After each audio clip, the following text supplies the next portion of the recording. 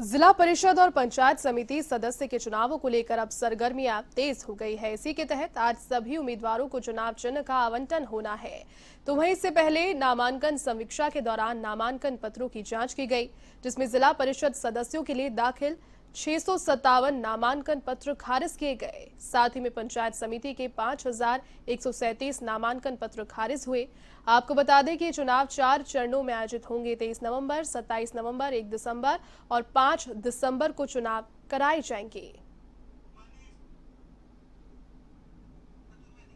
चलिए अधिक जानकारी के साथ सहयोगी मनीष चतुर्वेदी फिलहाल फोन लाइन पर जुड़ चुके हैं। मनीष, चुनावी सरगर्मियां जिला परिषद के चुनाव के लिए भी और पंचायत समिति सदस्यों के चुनाव के लिए तेज हो गई है। नामांकन पत्र दाखिल करने के बाद में आज जो चुनाव चिन्ह है वो आवंटित होंगे उन्हें। जी मनीष साहब, अब जो जिला परिषद के चुनाव है, पंचायत समिति के सदस्यों के जो चुनाव है, तो इनकी सरगर्मियां जो है आज से पूरी तरीके से जो तेज हो रही है, क्योंकि निगम के चुनाव कंप्लीट हो चुके हैं, पंचायती राज के जो चुनाव है वो कंप्लीट हो चुके हैं। अब अगर बात करें तो प्रदेश के अंदर सिर्फ जिला परिषद के और पंचायत समिति के चुनाव जो बचते हैं, तो ऐसे के अंदर निगम के चुनाव आज पूरी तरीके से लगभग कंप्लीट हो जाएंगे। और जिला परिषद के चुनाव की भी हम बात करें तो आज जो इसके मेंबर है, जो उम्मीदवार है, इनको चुनाव चिन्हों का आवंटन हो जाएगा। और इसके साथ ही 4 चरणों के अंदर ये राजस्थान के अंदर चुनाव होंगे और 23 नवंबर को पहले चरण का चुनाव होगा। इसके बाद में 27 नवंबर को दूसरे चरण का चुनाव होगा, 1 दिसंबर को तीसरे चरण का और उसके बाद में 5 दिसंबर को चौथे चरण का चुनाव होगा।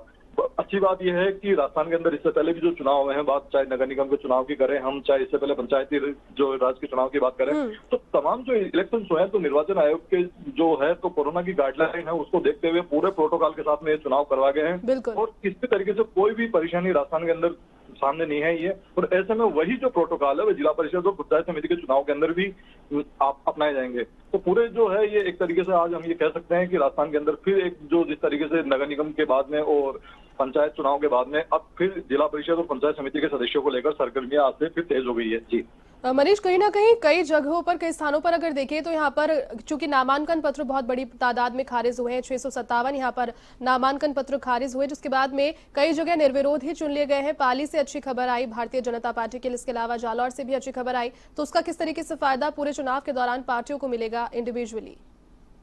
जी, एक्चुअल में राजस्थान के अंदर जिस तरीके से हम बात करें कि ये ग्रामीण जो परिवेश के चुनाव होते हैं, जिला परिषद के चुनाव होते हैं, चाहे पंचायत समिति के चुनाव होते हैं, तो इनके अंदर बड़े पैमाने के ऊपर जो कैंडिडेट हैं वो नामांकन पत्र दाखिल करते हैं। तो ऐसे के अंदर ये भी साफ हो जाता है क्लियर तरीके से कि जिस तरीके से बड़े पैमाने पर जो नामांकन पत्र भरे जाते हैं, तो जब खारिज होने की बात सामने आती है तो इनकी जो समीक्षा जांच की जाती है नामांकन पत्रों के अंदर, तो कहीं ना कहीं थोड़ी सी भी अगर कोई इनके अंदर जिस तरीके से त्रुटि सामने आती है तो वो खारिज भी होते हैं। तो बड़े पैमाने पे राजस्थान के अंदर ग्रामीण परिवेश के चुनाव होते हैं, जिला परिषद के और पंचायत समिति के जो चुनाव होते हैं।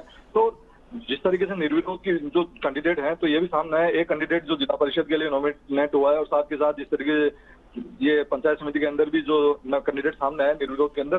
तो ऐसे में अब जिस तरीके से जिला परिषद के चुनाव है आज से ये कंप्लीट हो चुके हैं और अब जिस तरीके से 4 चरणों के अंदर ये चुनाव है ये डिक्लेयर होंगे और जो बचे हुए जो कैंडिडेट है आज इनको अभी 3 बजे बाद में इनको चुनाव चिन्ह का आवंटन हो जाएगा। जी, तमाम जानकारी के लिए